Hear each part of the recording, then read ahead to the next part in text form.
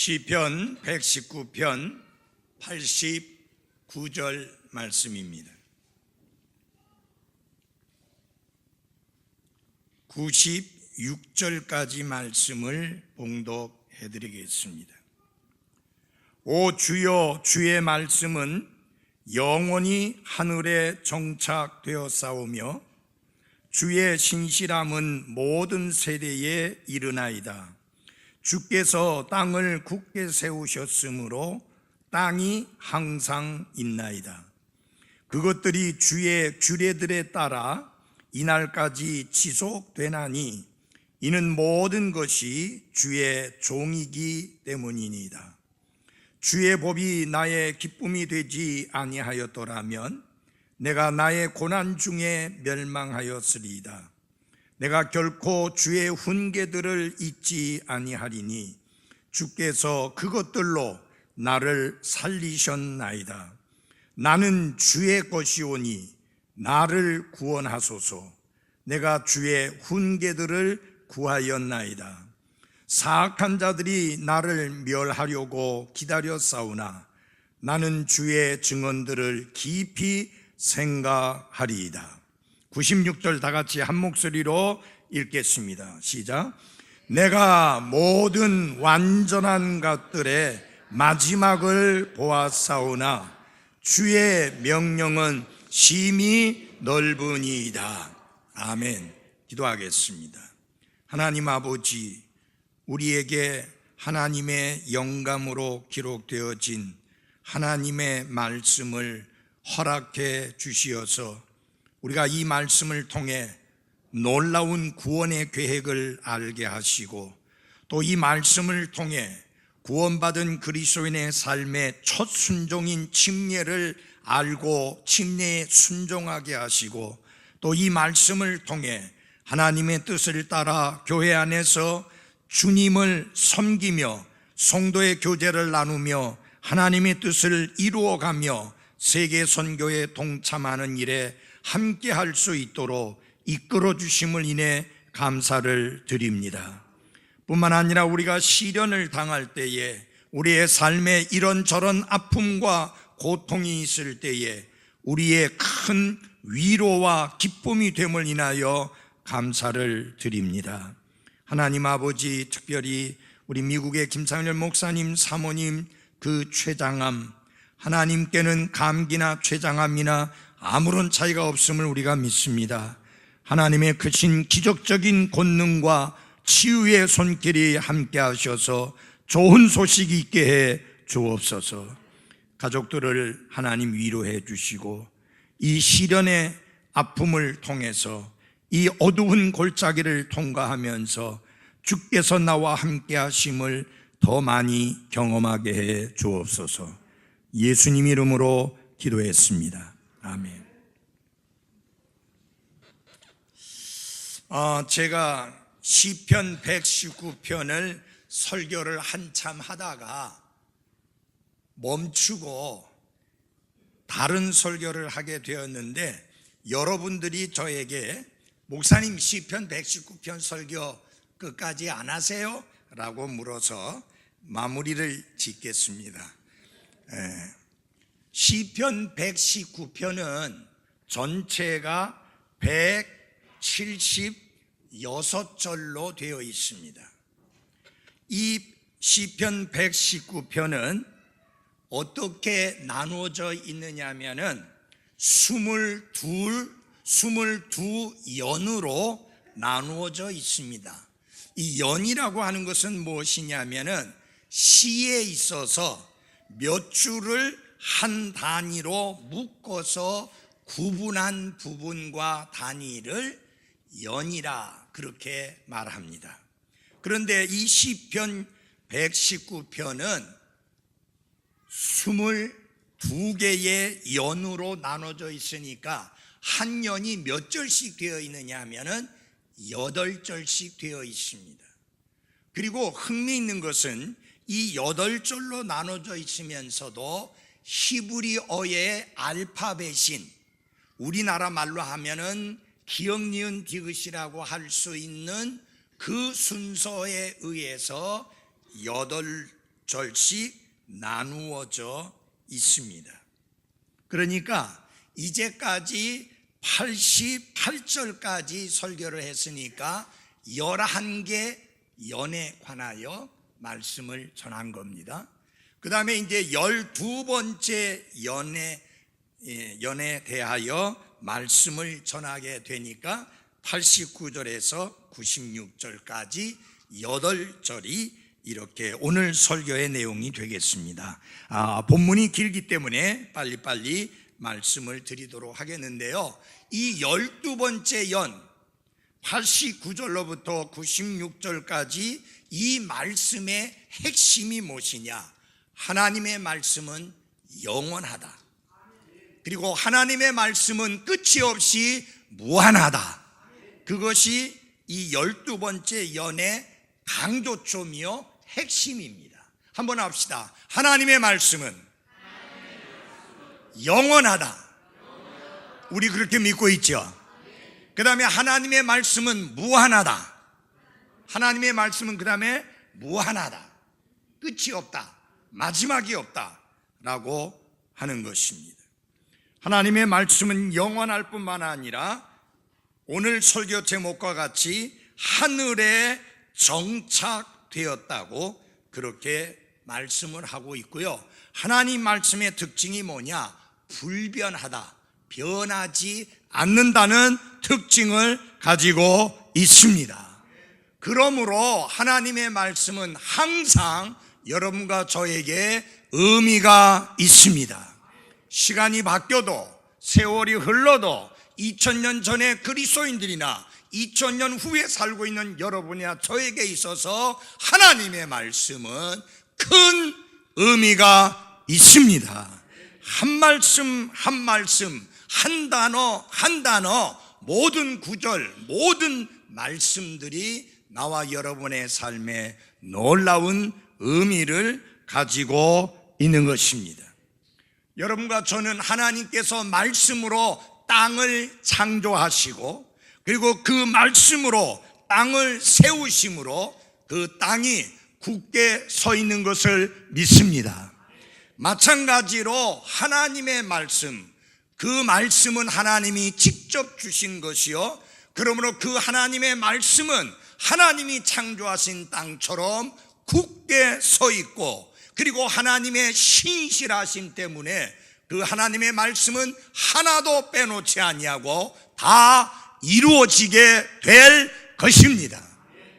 이미 이루어졌고 지금도 이루어지고 있고 그리고 앞으로 철저하고 완벽하게 다 이루어질 것입니다. 이제 우리는 시편 119편의 전반부가 다 끝나고 88절이 끝났으니까 앞부분이 다 끝나고 89절부터 176절까지 11개의 연에 관한 말씀을 보게 되니까 후반부에 들어가게 되었습니다. 이제까지 11개의 연을 살펴보았습니다. 그래서 몇 절을 살펴보았는가요? 88절을 살펴보았습니다. 나머지 88절을 앞으로 계속 말씀을 전하도록 하겠습니다. 특별히 우리가 조금 전에 읽은 이 12번째 연 89절부터 96절까지의 말씀을 통해서는 하나님의 말씀이 어떤 특징을 가지고 있느냐, 그리고 하나님의 말씀은 여러분과 저가 철저하게 믿을 만한, 믿을 수 있는, 신뢰할 수 있는 말씀이라는 것을 강조하고 있습니다. 그래서 이 시편 119편 89절에서 96절까지의 말씀을 통해서 하나님의 말씀의 특징을 몇 가지 말씀을 드리겠습니다. 첫 번째, 하나님의 말씀은 영원하고 하나님의 말씀은 신실합니다. 먼저 89절을 함께 보십시오. 거기 보면은 하나님의 말씀은 영원하다는 사실을 우리에게 밝혀주고 있습니다. 우리 한 목소리 읽어볼까요? 89절 시작. 오 주여, 주의 말씀은 영원히 하늘에 정착되었사오며. 아멘. 이 말씀에서는 두 가지 중요한 사실을 가르칩니다. 첫째 하나는 하나님의 말씀, 주의 말씀은 영원하다 하는 것입니다. 여러분, 여러분과 제가 믿고 그리고 우리의 삶에 적용하고 그리고 이 말씀을 따라 살아가고 있는데, 이것은 하나님의 말씀이며 이 하나님의 말씀은 영원합니다. 결코 사라지지 않습니다. 그래서 이 말씀을 통해서 89절을 통해서 하나님의 말씀이 영원하다라는 것을 가르쳐주고 있고요.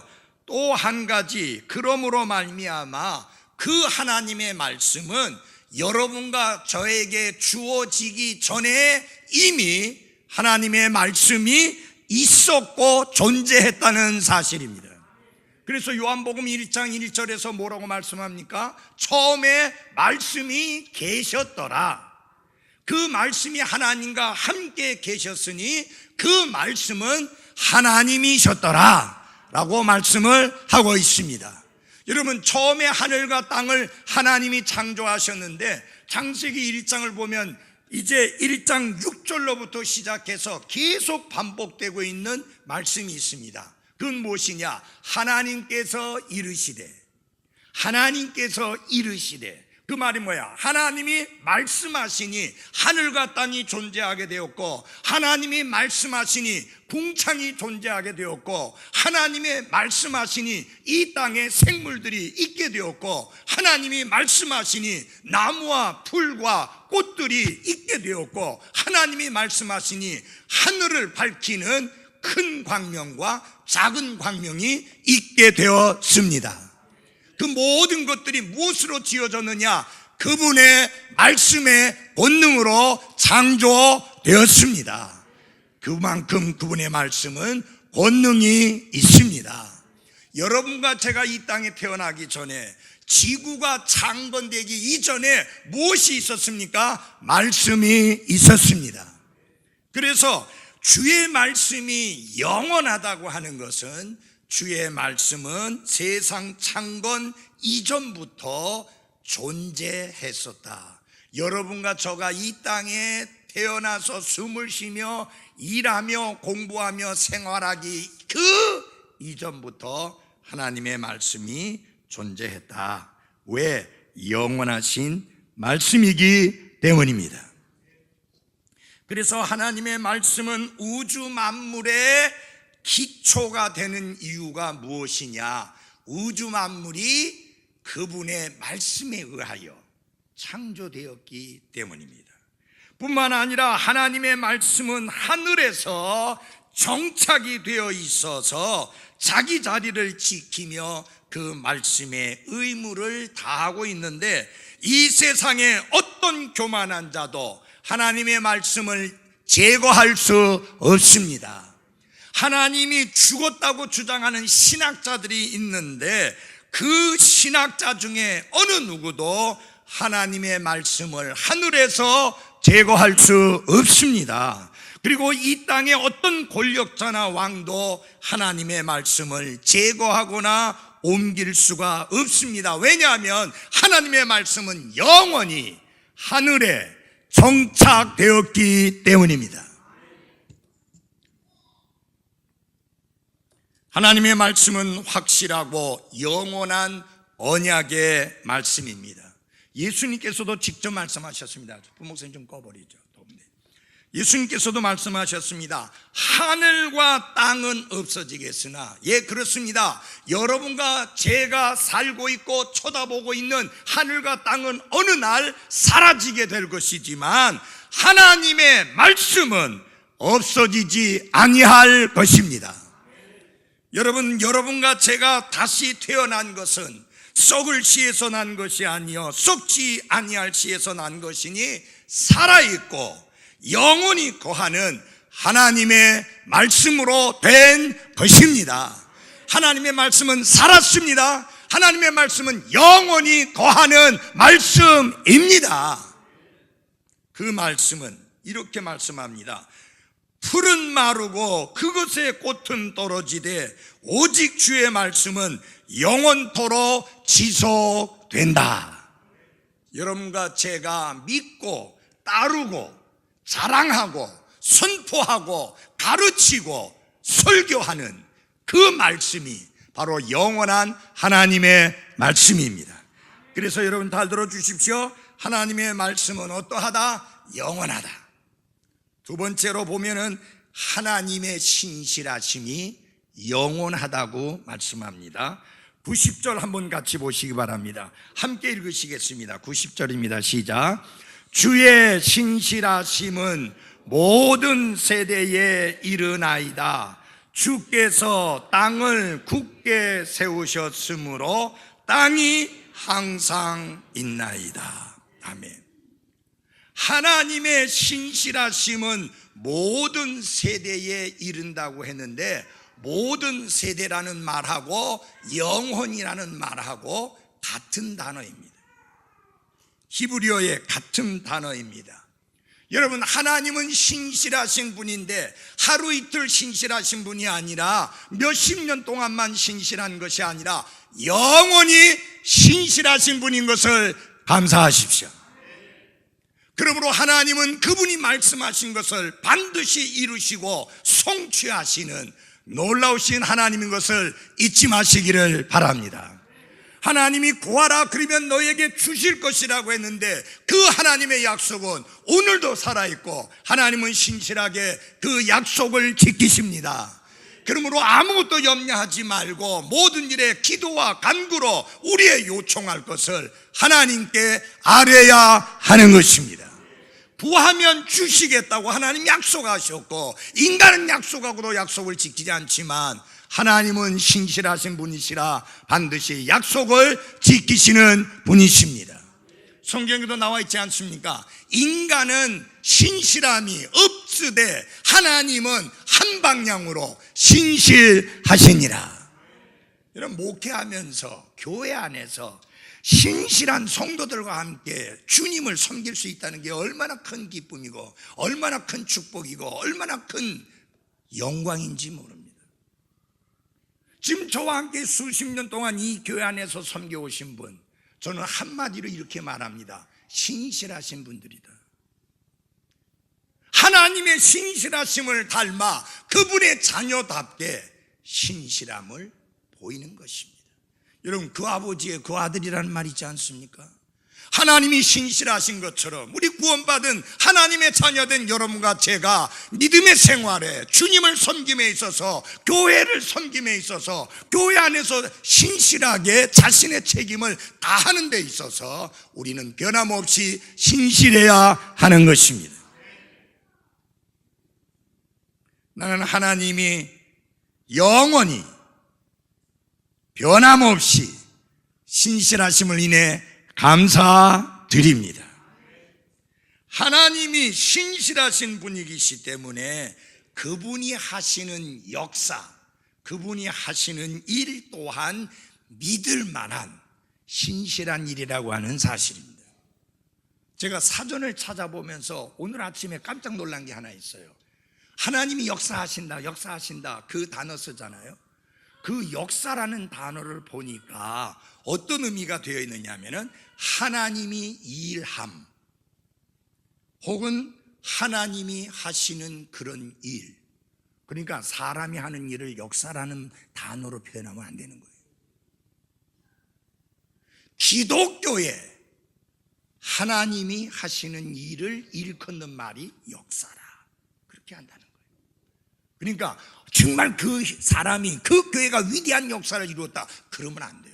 그거는 사람에게 쓸 수 없는 단어예요. 하나님이 하신 일만. 네. 저 74살 돼갖고 처음 알았어요. 네. 그것 말고 다른 단어 있지만 그건 우리가 쓰는 거 아니에요. 건축과 관련된 일인데 우리는 그거 쓰는 거 아니잖아요. 영적인 단어 쓰는 거잖아요. 여러분, 하나님이 신실하시기 때문에 주님께서 만드신 땅을 굳게 세우기 때문에 땅이 항상 있나이다. 지금 사람들이 걱정 많이 합니다. 이 지구가 종말을 향해서 지금 가고 있다. 나중에 이 지구가 다 멸망한다. 누구 마음대로요? 하나님이 굳게 세우심으로 하나님이 하늘과 땅을 정화시킬 때까지는 굳게 서 있을 것입니다. 자연 파괴가 인간들이 저지르는 큰 잘못이지만 그것 때문에 하나님이 굳게 세우시는 땅이 흔들리거나 하나님이 굳게 세우시는 하늘이 사라지거나 그런 일은 없습니다. 나는 하나님이 역사하시는 것을 믿습니다. 그분은 신실하신 하나님이십니다. 그래서 여러분 잘 보십시오. 91절 제가 읽어드리겠습니다. 그것은 하늘과 땅 우주 만물을 말하는데 주의 규례들에 따라 이날까지 어떻게 해요? 지속되나니 이는 모든 것이 주의 종이기 때문이다. 여러분, 하늘과 땅 그 안에 있는 모든 것은 하나님의 종이고 하나님의 명령에 따라 움직이고 있다는 사실입니다. 여러분, 하나님이 온 우주 만물을 주관하지 아니하면 지구보다 어마어마하게 큰 별들이 수없이 많이 있고 그것들은 행성인지라 가만히 있는 게 아니라 계속 움직이고 있는데 그 큰 별들이 지구에 부딪히지 않게 거리를 조정하시고 이 지구를 지키시는 분은 하나님이십니다. 태양과 지구의 거리가 너무 가까워지면 불바다가 되고 말 것이고 너무 멀어지면 얼음덩어리가 되고 말 것인데 그 질서를 지키시고 운행하시는 분은 하나님 자신이십니다. 그것들이 왜 하나님의 명령에 순종합니까? 모두 다 하늘과 땅과 그 안에 있는 우주 만물 모든 것이 하나님의 종이기 때문인 것입니다. 주인이 하나님이십니다. 내가 아니고 천문학자가 아니고 자연주의자들이 아니고 하나님이십니다. 하나님이 친히 지키십니다. 두 번째로 하나님의 말씀은 나의 기쁨과 능력이다. 같이 합시다. 하나님의 말씀은 진지자수시 오시지 않았어요 아침에?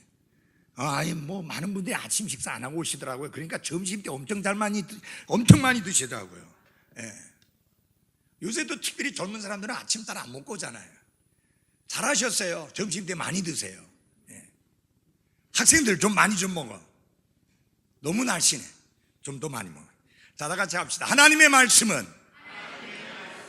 나의 기쁨과 능력이다. 예, 맞습니다. 목사님, 내 삶에 하나님 말씀이 능력이요 기쁨인 거 맞습니다. 내 삶이 편안하고 순탄하고 순조로울 때 그렇게 되면 안 돼요. 하나님의 말씀이 고난 중에 기쁨이 되게 해야 합니다. 다 같이 92절을 같이 읽어주십시오. 92절입니다. 같이 읽겠습니다. 시작. 주의 법이 나의 기쁨이 되지 아니하였더라면 내가 나의 고난 중에 멸망하였으리라. 내가 고난을 당할 때에 주의 말씀이, 하나님의 말씀이 내게 기쁨이 되지 아니했다면 내가 멸망하였으리라. 지옥 갔다 그 소리가 아니에요. 여기 멸망이라는 단어의 의미는 정처 없이 방황하게 되었을 것이다.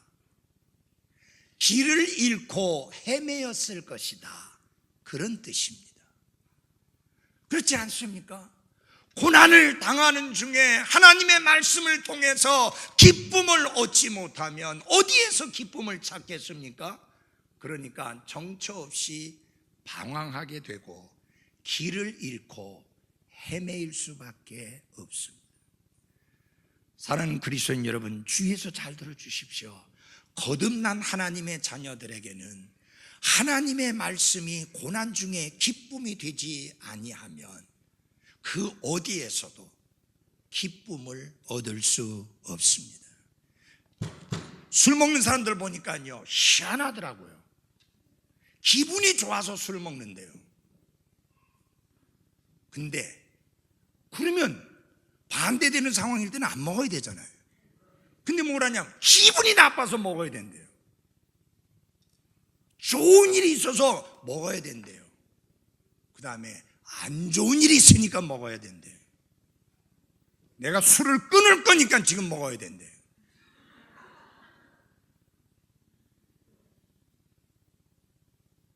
그러니까 술을 끊을 날이 없어요. 술이 여러분을 지배하게 하면 안 됩니다.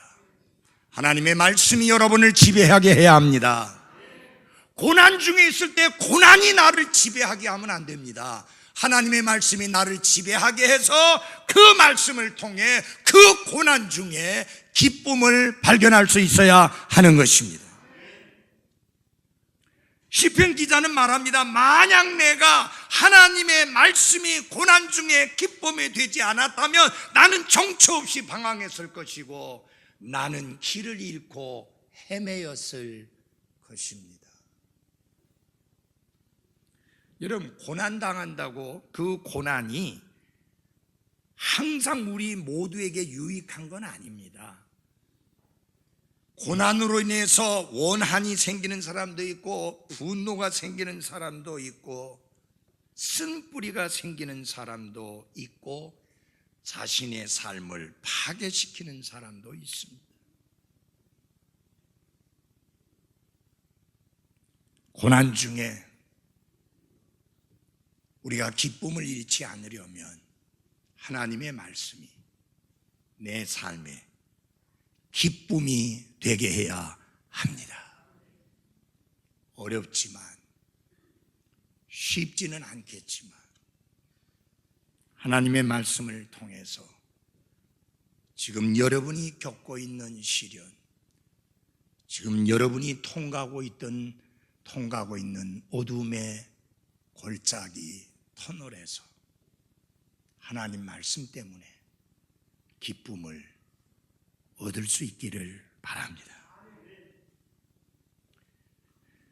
여기 92절에 기쁨이라는 고난 중에 기쁨이 되었다는 말씀과 관련해서 그것이 우리에게 고난 중에 기쁨이 되기 위해서는 중요한 게 하나 있습니다. 그 말씀을 묵상해야 합니다. 시편 1편 1절과 2절은 이렇게 말합니다. 경건치 아니한 자들의 계획대로 걷지 아니하고 죄인들의 길에 서지 아니하며 조롱하는 자들의 자리에 앉지 않은 사람은 복이 있다. 그리고 나서 그의 특징을 말합니다. 주의 율법을 기뻐하며 그분의 율법을 밤낮으로 묵상하는도다. 그의 기쁨이 주의 말씀에 있다. 주의 말씀에 기쁨이 있으니까 그 말씀을 밤낮 없이 묵상한다 그랬습니다. 묵상한다는 말은 내가 이 말씀대로 살겠습니다. 이 말씀대로 순종하겠습니다. 이 말씀대로 내가 따라 살겠습니다. 그게 묵상의 의미입니다. 명상이 아닙니다. 그건 요가에서는 하는 일이에요. 그래서 우리 그리스도인들 요가 배우면 안 돼요. 그 요가는 하나님을 부정하는 자들이 정신적으로 스스로를 위로하고 힘을 얻기 위해서 사탄의 방법을 사용하는 게 요가지 그리스도인들이 해야 할 만한 일이 아니에요. 여러분과 저는 명상하는 자가 돼야 되는 게 아니라 묵상하는 자가 돼야 합니다. 히브리어의 묵상이라는 단어는 눈 감고 조용히 새기는 게 아니라 내가 이 말씀대로 살겠습니다. 내가 이 말씀대로 순종하겠습니다. 내가 이 말씀대로 따라 살겠습니다. 그 의미가 묵상이란 단어예요.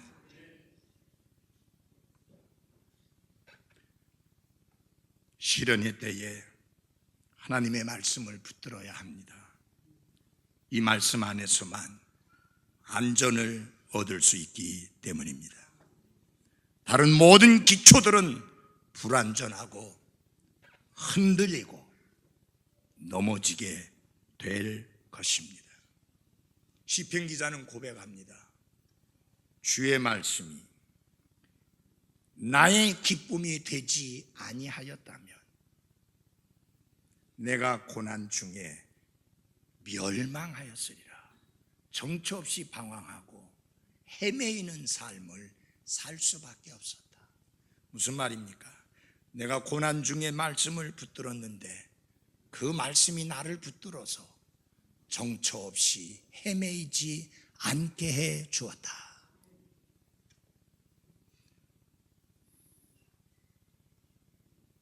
우리는 지금 나그네 인생을 삽니다. 나그네에게는 편한 날만 있지는 않습니다.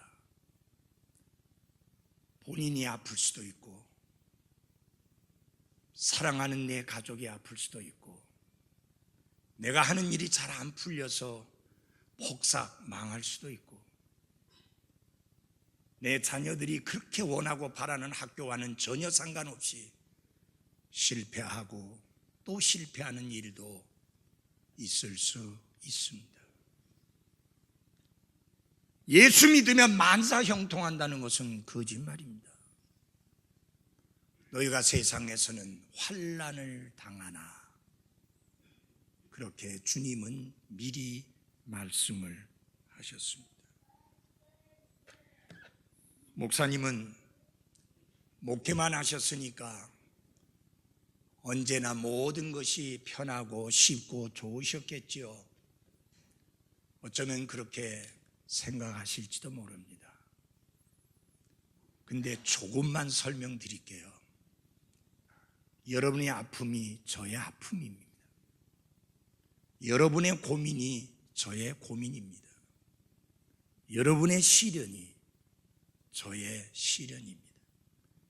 그래서 조금 세속적인 이야기로 이야기한다면 목사의 가슴은 새카맣게 타서 숫덩이 같습니다. 지금은 그렇게 전화하는 사람이 없습니다.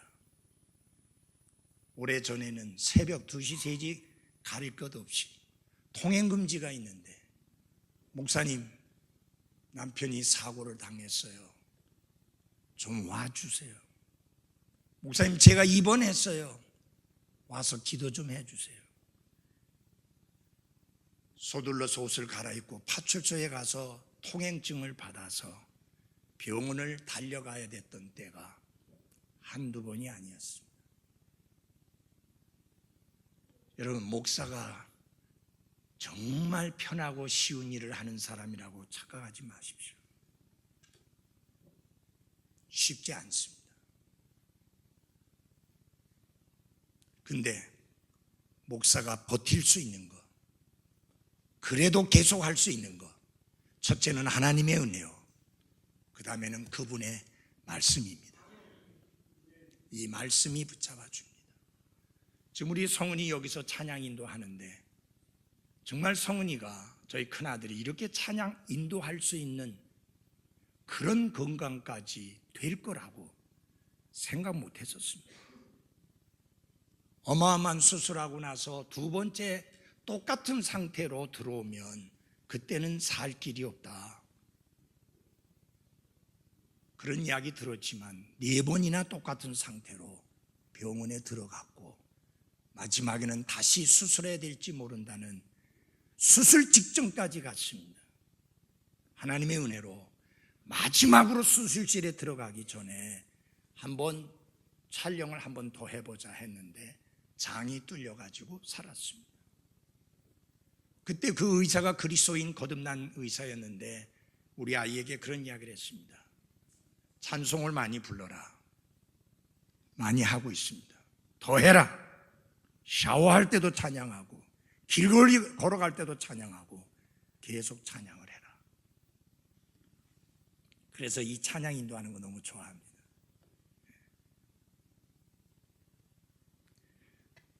네 번째 병원에 들어갈 때 저희들은 제 아내와 함께 손을 내려놓았습니다.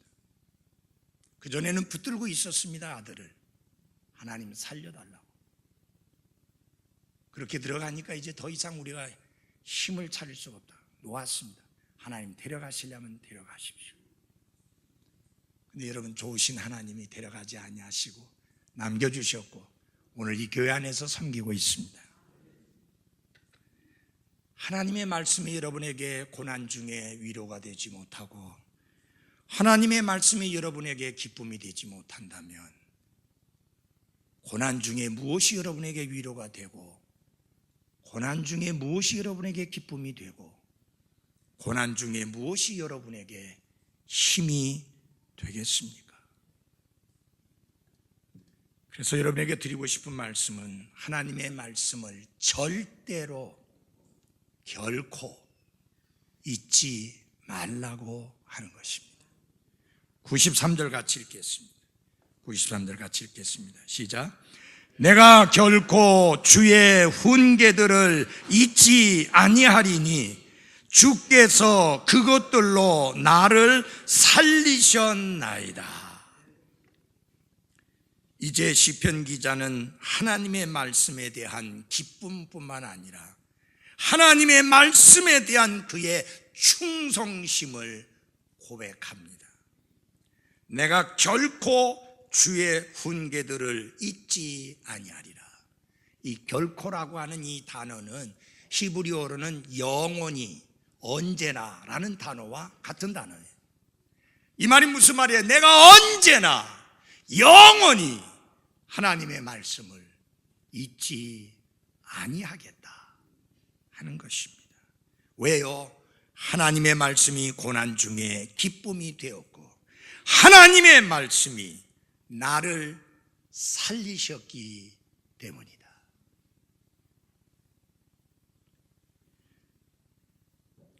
잊는다는 것은 하나님의 말씀에 주의하지도 않고 하나님의 말씀을 삶에 적용하지도 아니하는 것을 말합니다. 그러므로 시편 기자가 내가 결코 주의 훈계들을 잊지 아니한다는 말은 내가 주의 말씀을 내 삶 속에 주의하여 살필 것이요 그 말씀을 내 삶에 적용하겠다고 하는 그런 고백인 것입니다. 그리고 여러분 94절과 95절에서 말씀합니다. 하나님의 말씀을 구하고 하나님의 말씀을 깊이 생각하시기 바랍니다. 94절 95절 우리가 한 목소리 읽어볼까요? 시작. 나는 주의 것이오니 나를 구원하소서. 내가 주의 훈계들을 구하였나이다.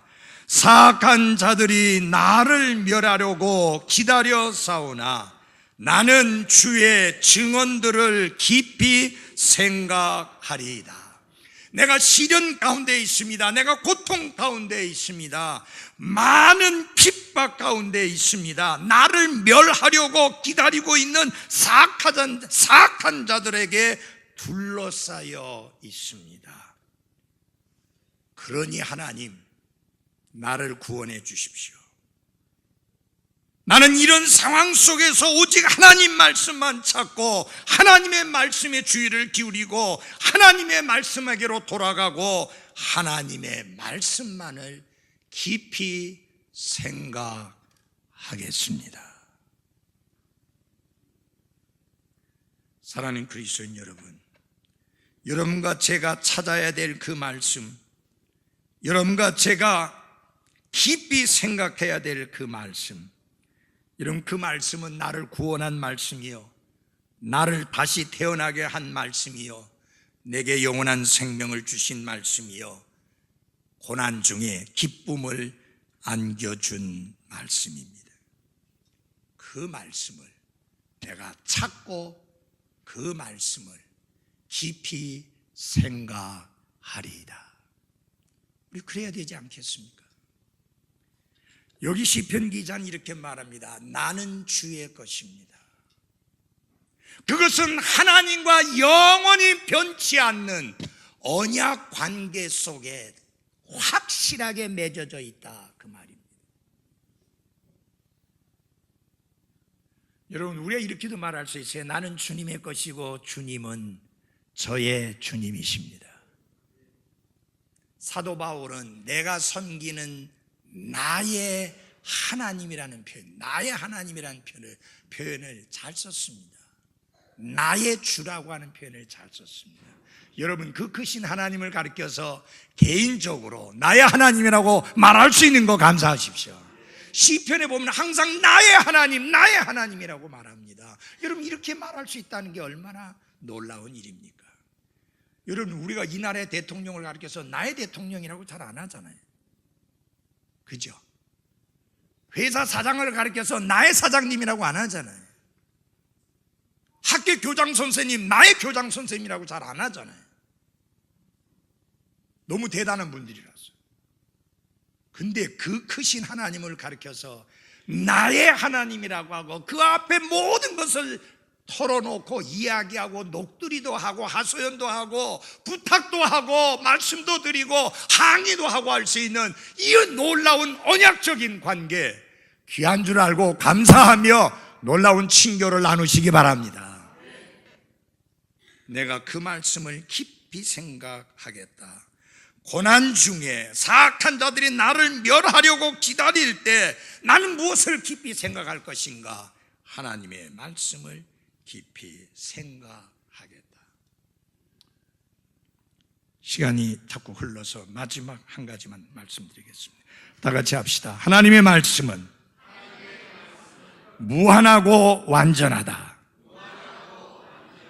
96절을 우리 다 같이 한 목소리 읽어보겠습니다. 96절입니다. 내가 모든 완전한 것들에, 같이 읽다는데 시작. 내가 모든 완전한 것들의 마지막을 보았사오나 주의 명령은 심히 넓으니이다. 아멘.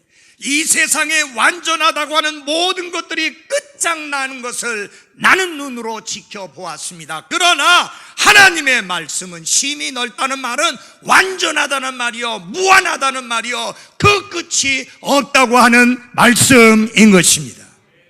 하나님의 말씀은 무한합니다. 끝이 없습니다. 완전합니다. 모든 인간의 계획과 모든 세상의 완전한 것들은 한계가 있고 끝이 있고, 여기 시편 기자는 이야기합니다. 내가 그 마지막을 보았습니다. 완전한 것처럼 보였고 끝이 나지 않은 것처럼 보였고 완벽해서 정말 끝까지 남을 줄 알았는데 그 마지막을 내가 보았다. 그 끝을 보았다. 만약 시편 119편을 기록한 분이 사도 바울이라고 한다면, 다윗이라고 한다면 이렇게 됩니다. 가장 힘센 자인 골리앗이 싸움에서 지는 것을 보았습니다. 그래서 목이 잘려지는 것을 보았습니다. 마지막을 보았습니다. 가장 빠른 발을 가진 자인 아사헬이 잡혀서 죽는 것을 보았습니다. 가장 지혜로운 자인 아히도벨이 속아서 넘어가는 것을 보았습니다. 가장 준수한 자, 가장 뛰어난 미남이라고 알려진 압살롬이 추하게 되는 것을 보았습니다. 그렇습니다. 정복할 땅이 더 이상 없어서 선창을 두드리며 울었다고 하는 알렉산더 대제, 그의 제국 역시 멸망하였고 그 자신 또한 죽고 마지막을 보였습니다. 역사상 아무리 위대한 스포츠 영웅이라 하더라도 언젠가는 결국 다른 사람에게 지고 맙니다. 누구에게나 마지막 승리가 있고 더 이상의 승리는 없습니다. 가장 훌륭한 과학적 이론이라 할지라도 그게 영원히 유효하지 않고 누군가에 의해서 또 수정이 되는 날이 오고야 맙니다. 사랑하는 여러분, 그러나 하나님의 말씀은 여러분과 저를 만족시키기에 충분합니다. 모든 완전한 것들의 마지막이 있지만 하나님의 말씀은 한계가 없고 성경은 넓다라고 했는데 크고 넓어서 한계가 없고 끝이 없고 마지막이 없다는 말씀인 것입니다. 이제 우리가 무엇을 붙들어야 되겠습니까? 이 세상 모든 것은 유한하지만 하나님의 말씀은 무한하고 완전하니 하나님의 말씀을 붙들고 살아가야 할 것입니다. 영원히 견고하고 신실하며 한계가 없는 하나님의 말씀을 사랑하고 그것에 따라 사는 사람들은 이 요동치는 세상에서 든든하게 서서 흔들리지 아니할 수가 있습니다. 여러분, 오랜 세월 흔들리지 아니하고 굳게 서서 믿음을 지켜 오셨습니다. 하나님이 우리에게 좀 더 많은 날을 주신다면 우리 모두 끝까지 믿음에 굳게 서서 흔들리지 말고 든든하게 믿음을 지켜나가는 나와 여러분이 되기를 바랍니다. 여러분도 이 믿음의 소유자가 되고 싶지 않습니까? 여러분도 그리스도인이 되어서 우리와 함께 이 믿음의 길에 걷고 싶지 않습니까? 고집 피우지 마십시오. 큰 소리 쳐봤자 아무것도 아닙니다. 여러분이 그리스도인이 되고 믿음을 가지라고 하는 것은 짐을 지우기 위해서가 아니라 오히려 그 짐을 벗겨드리기 위해서입니다. 속박하기 위해서가 아니라 진정한 자유를 누리도록 하기 위함입니다.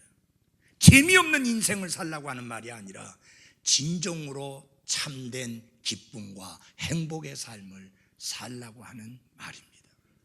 오늘 이 시간에 나도 그리스도인이 되겠다고 결심하는 시간이 되기를 바랍니다. 기도합시다.